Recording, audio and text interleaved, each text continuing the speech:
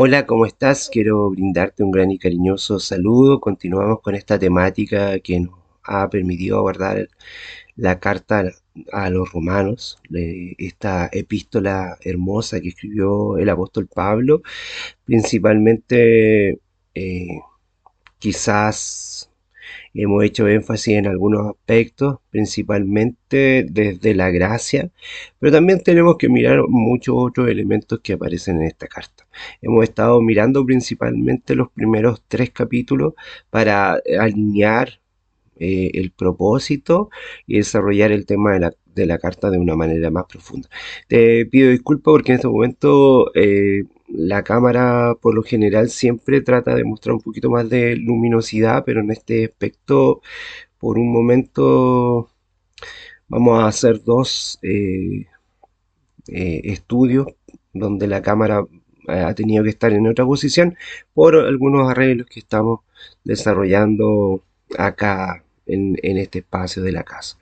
Entonces, para iniciar, me gustaría iniciar con una idea principal, que es donde todos los hombres, todos los seres humanos, eh, ya sea cristianos o no lo sean, o no lo sean, todos nosotros somos culpables. Eh, y en ese sentido es el Señor quien se hace cargo de nuestras necesidades, quien Él va mostrando a través de su amor, cómo Él en su propósito, desde antes de la fundación del mundo, ha mostrado su gracia y ha tenido un plan para ocuparse de cada uno de nosotros y mostrarnos por medio de su amor, por medio de su Hijo, mostrar y revelarnos quién es el Padre. Por eso todos los seres humanos somos culpables. Con la exposición hasta el versículo 8 que veníamos hablando, Pablo se prepara para la culminación de su tesis. Todos los hombres, sin importar la raza, sin importar su cultura, sin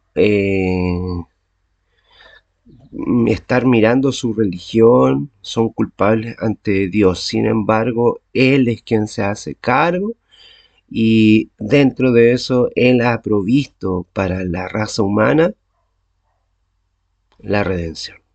Con este sentir, nosotros queremos mirar y decir que el judío, en virtud de tener la ley, no tiene una ventaja sobre el gentil para el juicio de Dios, sino que en el amor del Señor, Él ha provisto salvación para todos. Vamos a orar. Querido Señor, que mora en el cielo, te pido que tú nos acompañes en este estudio, en esta reflexión cristiana, para poder desarrollar un propósito fidedigno, verdadero y sincero. Todo lo pedimos en los méritos de Cristo Jesús. Amén. Bueno, el argumento de las citas del Antiguo Testamento, que muchas veces tienen que ver con la culpabilidad, eh, la verdad es que nosotros en ese sentido no podemos estar mirando ese aspecto cuando no hemos conocido a Jesucristo. Si nosotros miramos en este sentido, como presenta el Salmo 14, eh, desde el versículo 1 al 7, perdón que están acá entregando algunos mensajes, estamos recibiendo algunos saludos y por eso es que se escucha esto. Así que como está escrito, no hay justo ni siquiera uno. Ya el Salmo 14, el salmista viene señalando este mensaje y no hay quien entienda, no hay quien busque a Dios. Todos se han desviado y no hay personas que hayan hecho el bien. No hay quien haga el bien, ni siquiera uno solo. Y esto nos muestra nuestra condición humana. En el Salmo 5 también se ve que el sepulcro y el Salmo 140 se nos presenta que ya en la divinidad del Señor, eh, nosotros como seres humanos somos personas engañadoras. Tenemos una lengua engañosa. Eso también es uno de los puntos que también Santiago presenta. Veneno de áspid. áspides, como una serpiente venenosa es lo que puede estar en nuestros labios. Ya el Salmo 140, el verso 3, se viene mencionando.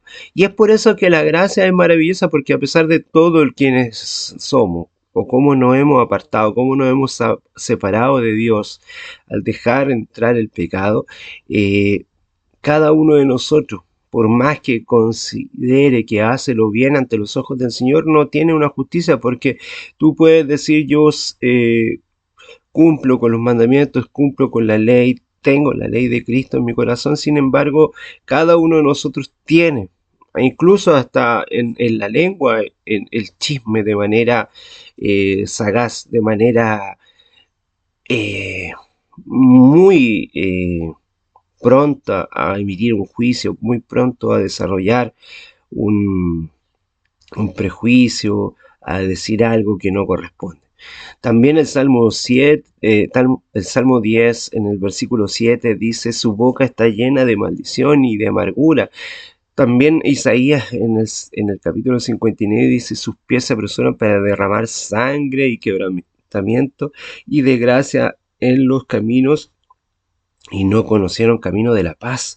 Esto quiere decir que el ser humano no tiene un temor de Dios, como lo expresa el Salmo 36. Las citas del Antiguo Testamento son prueba concluyente de que todo lo que va presentando Pablo a través de la gracia divina desde el capítulo 3 de Romanos, principalmente del verso 1 al 31, Pablo utiliza el sistema rabínico de argumentación.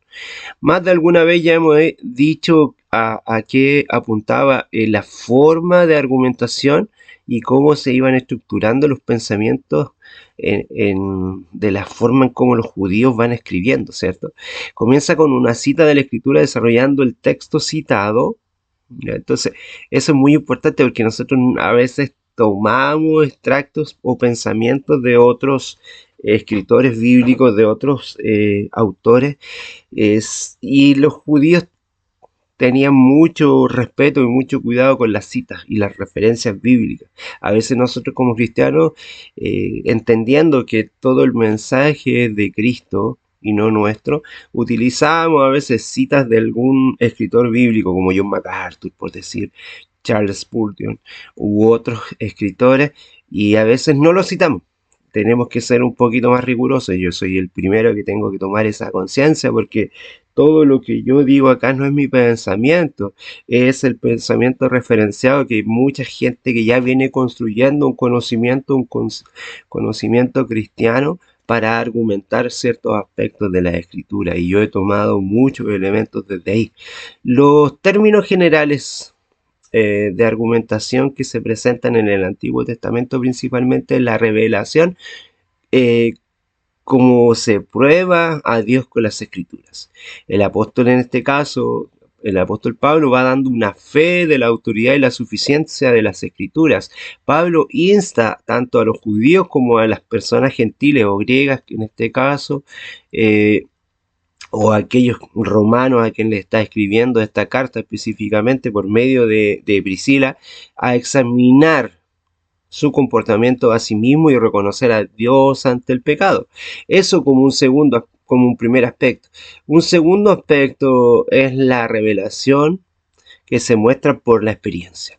Pablo afirma claramente en este punto que al mismo tiempo que no hay nadie justo, que es donde comienza a instalar esta idea en el capítulo 3 de Romanos, no hay nadie que entienda, que ya sabemos que viene tomado de los salmos, que no hay nadie que busque a Dios ni que haga el bien, y que también que todos los que se han extraviado y se han vuelto inútiles, todo al interior del ser humano está bajo el control del pecado, y la mente humana, cuando no ha vivido un proceso de metanoia, no puede comprender, no puede tener entendimiento. El corazón, no hay quien busque lo bueno en su corazón, y la voluntad, no hay quien haga el bien. En resumen, todo nuestro ser está enfrentado al pecado y al servicio que éste otorga. Entonces, cuidado con aquellos hermanos que no comprenden la gracia. Cuidado con aquellos hermanos que creen que pueden justificarse por sus propios actos, porque consideran que han conocido un poco más de la Escritura y porque el Espíritu los está llevando a un proceso de santificación. La santificación es espiritual. Nuestro estilo de vida puede ir mejorando a través del tiempo, pero sin embargo nuestra santificación es espiritual. Eh, a través de la carnalidad, el proceso se va desarrollando para que nosotros vamos dejando aquellos actos y aquellas acciones que no corresponden. Paralelamente a este estudio de Romanos, nosotros como grupo de estudio cristiano estamos trabajando y desarrollando Primera de Corintios y Segunda de Corintios. Aquí te dejo la invitación porque prontamente vamos a tener a un gran amigo, Michael, quien estará desarrollando un estudio referencial, un estudio esquemático y ordenado para presentar estas dos cartas, que son las cartas a los Corintios, primera y segunda de Corintios, también de una forma esquemática para presentar varios aspectos que muchas veces no tenemos en contexto, que muchas veces no comprendemos o hacemos una lectura de texto prueba que no nos permite comprender claramente lo que en este caso el escritor está señalando. Vamos a seguir profundizando en este tema y te invito para que a través de este estudio también puedas reconocer que necesitamos un Salvador. No existe nadie justo, ninguno de nosotros. Puedes comprender, puedes haber estudiado muchas veces este libro, puedes haber aprendido muchas cosas, puedes tener un cambio en tu estilo de vida, pero eso no te garantiza que tú eres justo. Necesitas un Salvador, necesitas a Jesucristo como aquel salvavidas. Por más que tú sepas nadar, por más que te puedas meter en aguas profundas, complejas, difíciles de nadar. Y ese es el peligro más grande. ¿Sabes por qué? Porque muchas veces los cristianos no creemos o no entendemos el proceso y estamos desarrollando una acción por nuestras propias obras. Creemos que con nuestro proceso de cambio, de arrepentimiento, al abandonar ciertos actos, estamos llevando un proceso de santificación. Recuerda que el proceso de santificación es un cambio de mente. No es solamente un cambio de dejar ciertas cosas, de transformar tu vida por otras. Eso es un proceso que viene por añadidura. Pero tienes que tener la mente de Cristo. Si no, será una persona como el joven rico que puede tener ciertas acciones, puede tener cierto estilo de vida, pero de ti no está brotando nada que no sea del Espíritu. Que el Señor nos ayude a cada uno de nosotros a mantenernos firmes y entender que solamente en la gracia, solamente en la justicia de Cristo, nosotros tenemos el regalo de la salvación. Por más que tú te esmeres y que de aquí en adelante tú no peques más, como algunos grupos cristianos piensan, como en esta doctrina final de los últimos tiempos, donde los hombres quizás no cometan pecado. Lo encuentro aberrante, pero sin embargo existe esta teoría. Tú necesitas un Salvador. Yo necesito un Salvador. Necesito a Cristo. Jamás lo olvides. Necesitas esa salvavidas a pesar de que sepas nadar muy bien. Que el Señor te bendiga grandemente. Gracias y paz.